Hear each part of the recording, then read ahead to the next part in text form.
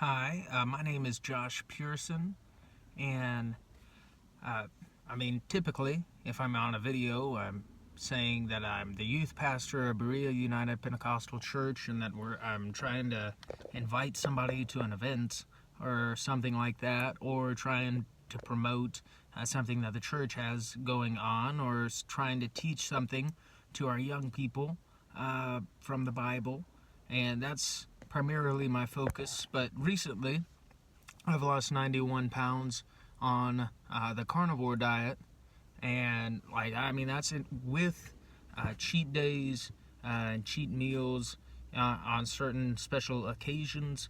But and I haven't been the strictest. I haven't you know stopped coffee, and I haven't stopped seasonings. But I've lost 91 pounds, and I mean, for those of you who are like, what's wrong with the skin?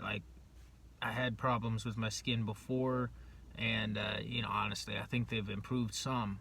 Um, but I, uh, I'm just so grateful for what I have been able to have happen. And with this carnivore diet stuff, I never would have anticipated that eating meat, eggs, and cheese, and drinking your electrolytes would be something that could dramatically change your appearance and the way that you feel, the way that you're able to live.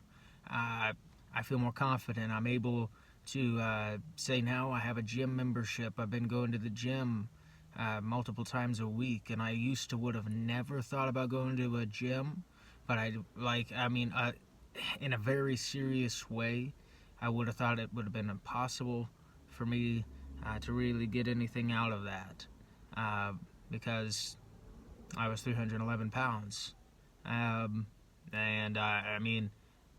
just to let you know kind of how far that I've come, I had got so bad I broke the box springs on my bed. I broke my favorite chair. Uh, it was my favorite recliner. I would fall asleep in that thing, I'd sit there. I broke it. I was too fat. And I broke uh, my computer chair in my room. I broke it as well. Um, it was getting harder to get the seatbelt to buckle in the car. And what eventually got me convinced that I needed to do something different was my pastor. He's a big influence in my life, and he was going to be going on a diet. Well, he had started a diet, actually. He'd started a diet that wasn't carnivore, something else, and it was working for him. He lost 50 pounds. I started this diet, but it was a very expensive diet, involved buying all of this kind of stuff that it just wasn't something that I was interested in doing, because it was costing him like $400 a month. I can't do that. I work at McDonald's, and did I mention I lost 91 pounds while working at McDonald's? You can do anything that you set your mind to. I eat food at McDonald's on the carnivore diet. If I take break in the morning, like I did today, what do? I get a sausage egg muffin, no muffin, extra piece of sausage, and sometimes I'll throw some bacon in there, and that's really good. And a lot of times I don't normally eat breakfast in the morning, so that allows me to get extra calories in right there, and it's real nice, to just get that in. Eggs are like a multivitamin on it. Like on the carnivore, you gotta get your eggs in. Don't worry about cholesterol. Dietary cholesterol is not really a concern. Anyway, I am just so excited.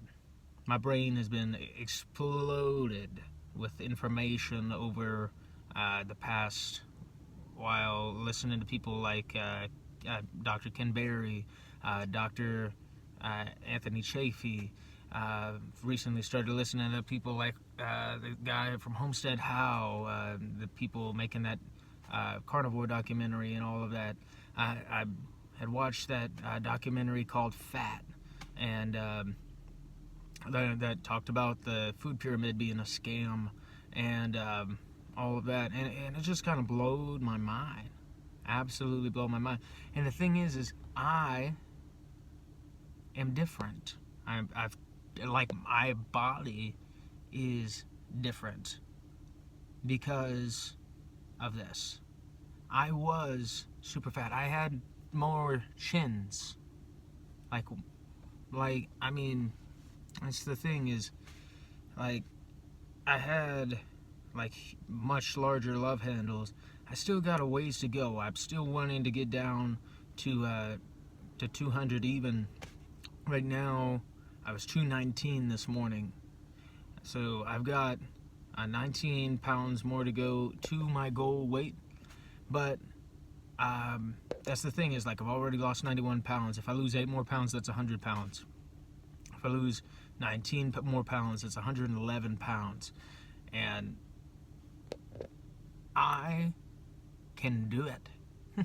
And the thing is the reason I share this stuff is not to brag on myself. Just I'll only brag on myself, obviously, a little bit, I guess, but not.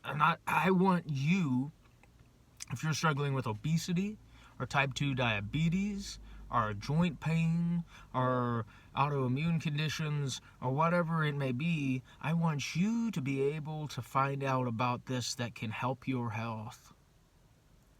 Carnivore or keto or low carb, all of those things are positive options for you because it cuts out carbohydrates and sugar, at least in some way, or lowers them. And I mean, for me, I had no control. I was a food addict.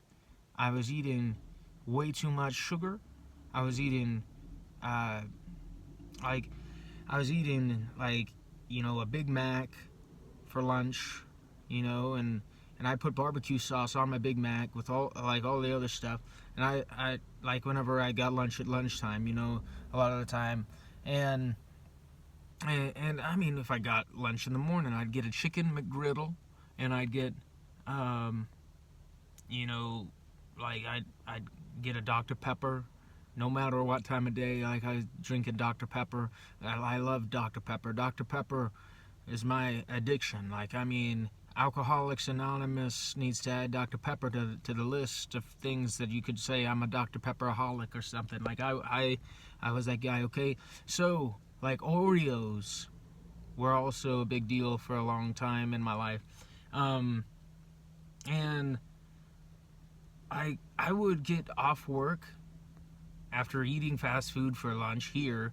I would go and I'd get candy at the gas station or at the dollar store, whether I needed anything else there, and I'd get a Dr. Pepper or a Mountain Dew. And if we're thinking what kind of candy, I'd get Reese's a lot of the time. I was a Reese's guy or a Snickers guy. Like, those were big in my life. And then I also had sometimes go and get a Frosty, like at the Wendy's. Like, I know it's the competition, but our ice cream machine was now. No, okay, sorry. Anyway, I would get, that, and then sometimes after I went home, at home I would eat whatever, was we were having for supper. I live with my folks. Eat whatever we were having for supper. I'd eat probably a couple of plates of that, and then I'd, like, later that evening, want some ice cream a lot of the time. And I wouldn't just eat one scoop of ice cream. No, sometimes I would buy a bunch of ice cream myself so that I could decide how much that I could have. I would get 3 or 4 scoops of ice cream, and sometimes I'd add in, a Reese's cup or something inside there, and throw on some peanut butter on top of that, and crush it all up, mix it all up in there, and I would go crazy on something like that. Sometimes, like, it didn't really matter what time of day it was, I was eating. Like, I would eat whenever I was stressed. I would eat for fun. I would eat to hang out with people. I would eat just to eat. I would eat because I was bored.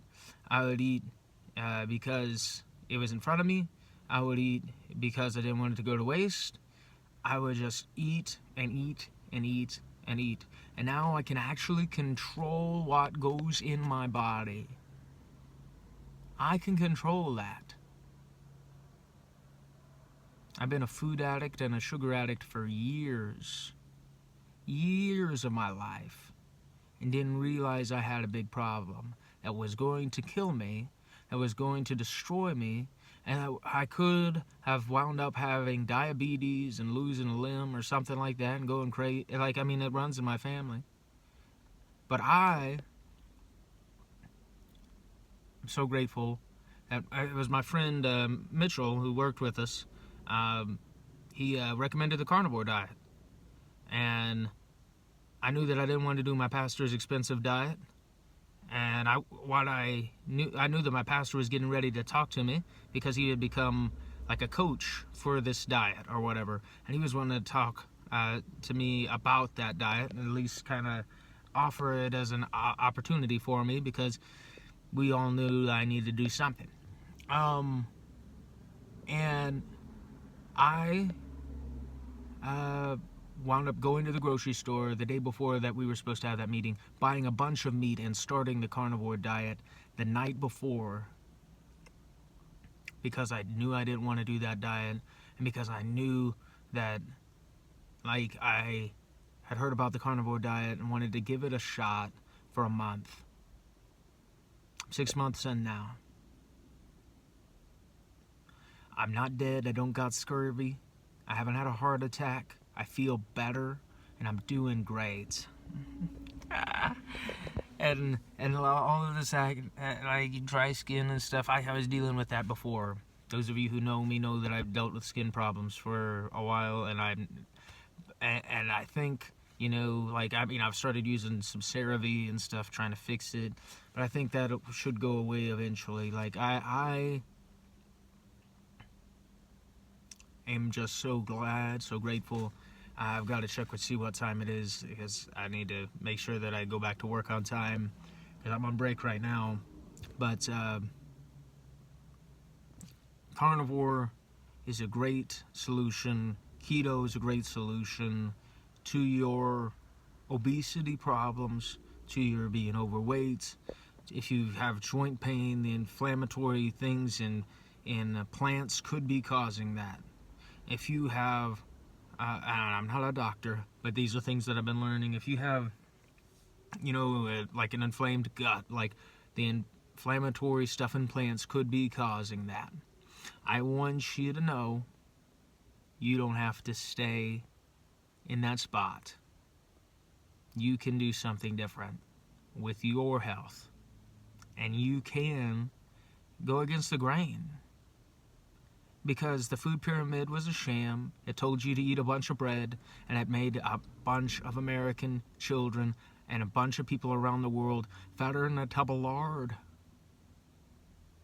The government is crazy for continuing to promote similar guidelines over and over again. Like it's the food lobbyists being in bed with, you know, like these people who are running these studies and all of this, and like, it just doesn't work. It's a big sham. Don't listen to everybody who tells you you gotta eat vegetables. It might not be what's best for you. Don't listen to everybody who tells you you gotta eat bread. It's not what's best for you. Like, you might be able to get by with eating a vegetable and not die or anything. That's fine, whatever. But